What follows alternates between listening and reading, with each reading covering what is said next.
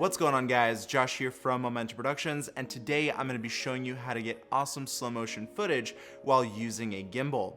In today's video, I'm going to be referring back to the Zhiyun Crane Plus and the Zhiyun Crane 2.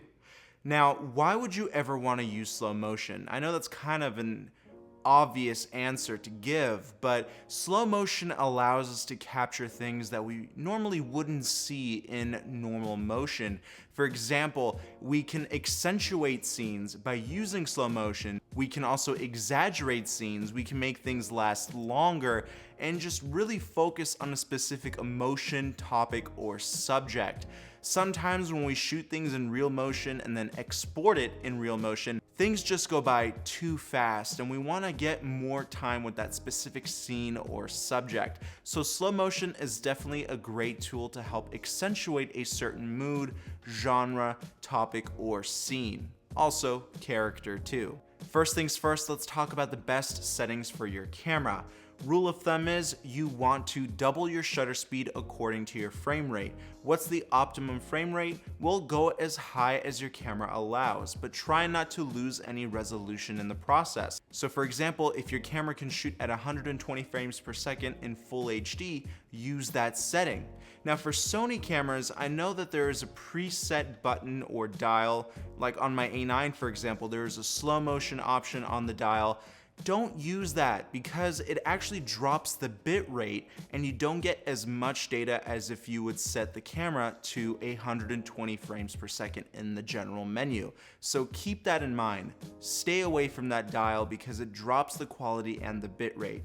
Go within your internal camera settings and increase that frame rate to 120 frames per second. When we go back to talking about shutter speed, again, the general rule of thumb is to double your frame rate. So if you're shooting at 120 frames per second, shoot at 1/240th shutter speed. However, this rule can be broken for good and for bad.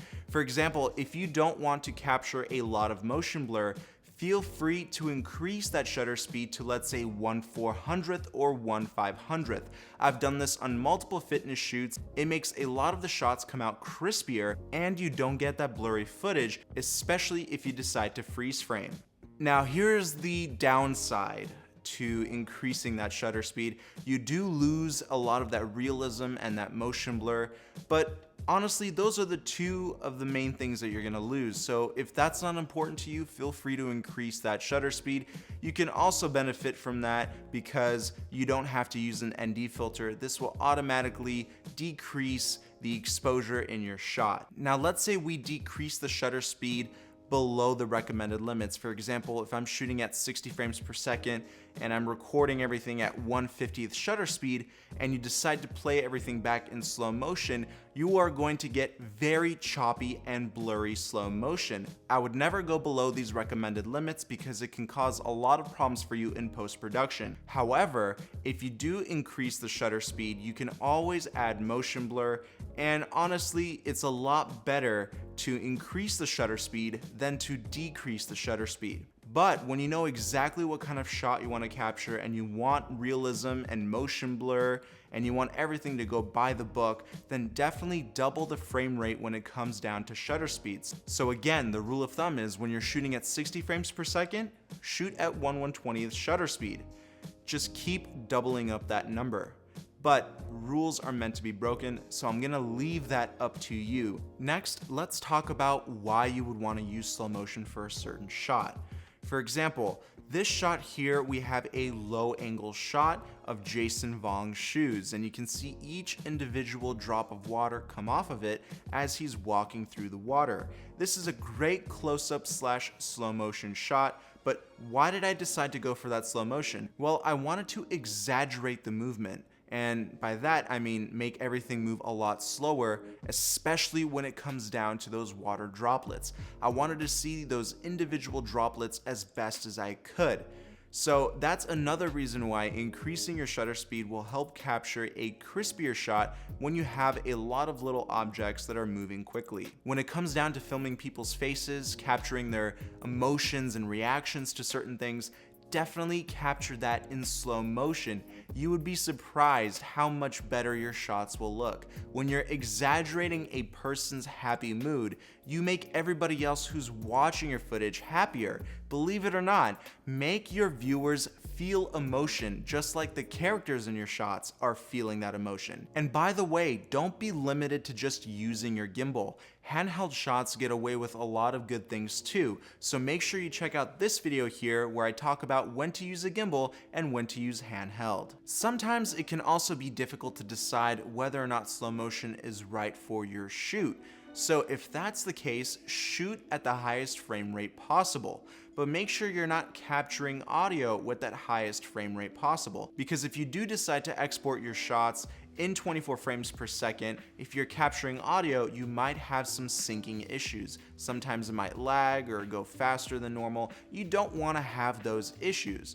So make sure that all of the shots that you need audio with are captured in the same exact settings that you plan on exporting your project. Most of my shots were shot using 60 frames per second, and I exported them in 24 frames per second. Every now and then, I might have added some artificial motion blur, but you probably can't really tell. Everything still comes out really smooth. Also, wide shots are another great way to capture things in slow motion. For example, I have a model here walking on the beach, and this was shot using the Crane Plus. I shot this at 120 frames per second, and my idea was to capture the Santa Monica Pier in the background and have her hair blowing in the wind as well. This was just a feel-good type of shot, and I wanted my audience to feel that exact same way. When it comes down to operating your gimbal, I do strongly suggest checking out my tutorials here for the Zhiyun crane and actually any other gimbal that's on the market today. Those tutorials are greatly going to help you, especially this basics tutorial right here, so make sure you check that video out. When it comes down to tracking shots, don't forget that slow motion adds a very dramatic effect. So feel free to shoot a lot of your tracking shots in slow motion as well, because in post-production you can do a lot with 120 frames per second footage or 60 frames per second footage. Try to capture all of your B-roll shots in the highest frame rate possible. When you have the flexibility of capturing things in a higher frame rate, you can do so much. You can make things look dreamy, artificial, add motion blur. You can do literally whatever you want. So I'm going to stress this again. Capture your B-roll shots in the highest frame rate possible, but make sure that you don't lose any quality in your resolution. Also, using the vertigo effect with the Crane 2 adds a lot to your footage. It adds skill, it adds dimension and depth. So capture those shots in slow motion when possible, because it accentuates that movement. It accentuates that stretch from the foreground and the background. So consider that in your next shoot. So that's how I capture slow motion with my Crane gimbals and my cameras. So if this video has helped you out, please give it a like, share it with your friends, and subscribe to my channel with notifications on. I will also leave links in the description box below that will guide you in your purchasing decisions for your camera gear. So make sure you check that out. I can't wait to see what you create, and I'll talk to you soon. Peace.